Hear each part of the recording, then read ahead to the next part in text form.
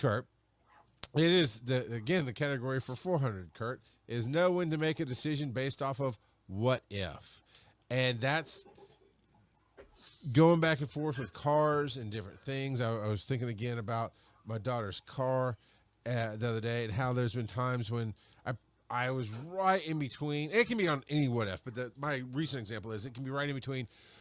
Okay, do we sink 3 or 4 grand into fixing it, or do we take that same 3 or 4 grand and put it as a down payment? Right.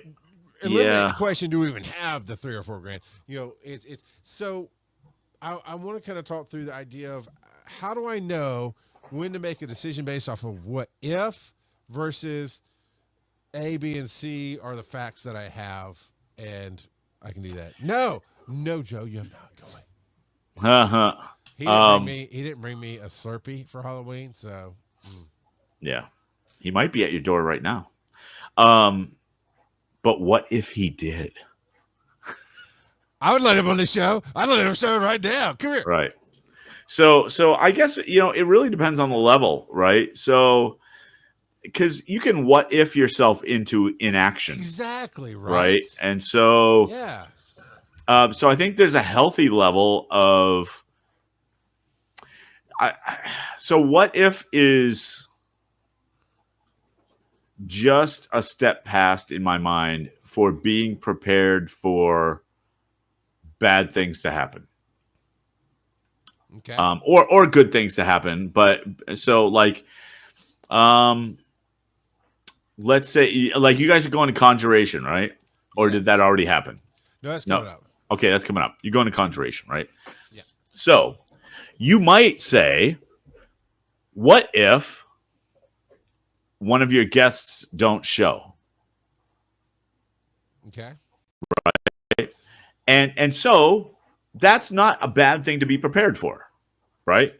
And it probably doesn't take a whole lot of energy. Like you can just say, if they don't show, then we'll just do this. Mm-hmm. But at least you know. What if we change it up to the you can only know so many things before it's the unknown. Again, example being kind of the car situation. Okay, the unknown is what else could go wrong? How long would it last? But right. The also unknown is what could go wrong with the new car. I mean, you can't bury yourself into. So, oh man, I know this guy who does like months of research before he just goes and buys a simple used car. Yeah, I'm talking about in the days when you could get a used car for $5,000.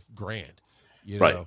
And he's Consumer Reports and all this. It's like, how low's the mileage? That's what I want. Has it been in a wreck? That's what. Right. So I mean, you can over prepare and under prepare, but Kurt, where do you draw the line for yourself between over and under preparedness? So I actually, I only because I went through this with my car. I had my Prius for 310,000 miles, as far as I know, and every time it came to my inspection time, it would cost me around $1,000 on average per year.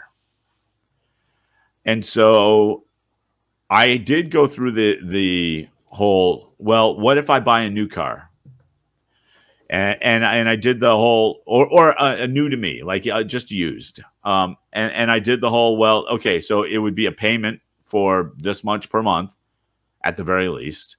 Yeah. My insurance would go up a little bit. And these are like easy answers, right? They're not even things that take a lot of research. It's just I know that's what that would be. But I wouldn't have that yearly maintenance, that $1,000, in all likelihood. Right.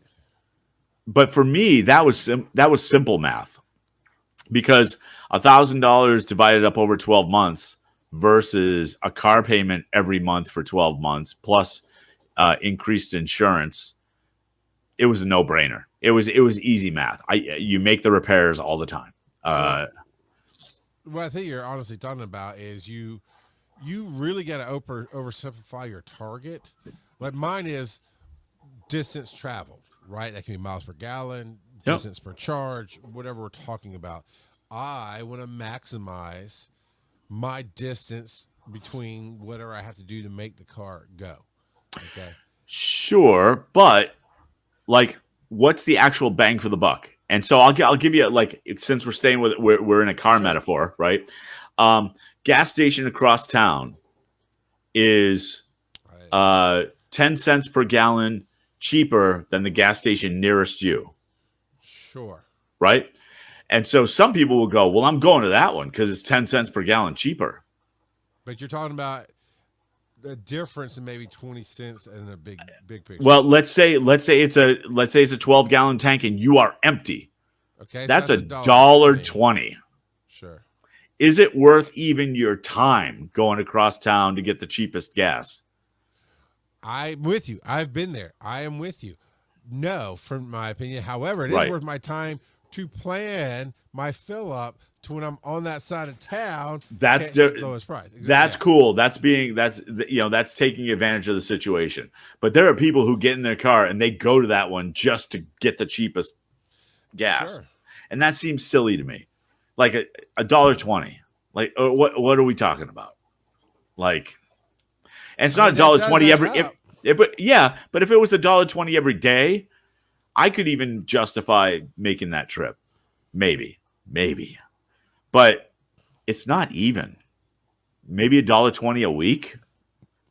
I mean, I just love that I get 36 to 40 miles per gallon on my car. And even though they've done a lot of efficiencies where my buddy who drives big trucks like, oh yeah, well I get 30 miles per gallon. I was like, yeah, but you still spent $100 at the gas tank to make that happen, bud. Yeah. So, Joe, why wouldn't you even hit the button yourself? Why? Why are you making me bobble for ARDS? I just wanted to see if you really wanted me here. That's all. And apparently you did. You should know better. You should know better. I give random kid what he wants. That's what I do. Me and Kurt we're grumping out without you. It's all fun and dandy. So what was the candy of the night, Joe? What was the big haul? Let's see. So the one that my middle child was the most excited for was someone was giving out. Bob's the middle child, according to you. It was a huge, like, king size Rice Krispie treat. Like it was a huge Rice Krispie treat, and that's what he's that's what he was the most excited for. But is pretty cool. Now, is it a real one or is it one of those boxes that has a bunch of little ones in it? No, it's a real one. Good. Yeah, the real ones are really cool. I got disappointed when we got a candy bar we opened up. It's just a bunch of regular sized candy bars inside. I was like, that's not what we wanted. Yeah. So look, Rice Krispie treats are kind of the trash of snacks. Oh, I like Rice Krispie treats. They're fine. They're fine. Wow. But I can name 10 Little Debbies that are better than a Rice Krispie treat. I mean, that's fine. My uncle. No, do it. Oh, easily. Okay, so we got your nutty bars. You got your Star Crunch is even better than a Rice Krispie treat. You got your oatmeal. Kind of Rice Krispie treat though. Not really. You've got your oatmeal pies. You got your peanut butter pies. You got your Swiss rolls. The peanut butter pies are good. Look, we're getting around to the right time. You got your Christmas cakes, and if you don't like those, you can do the zebra cakes. Same difference. Yeah. So let's see. What else do we got?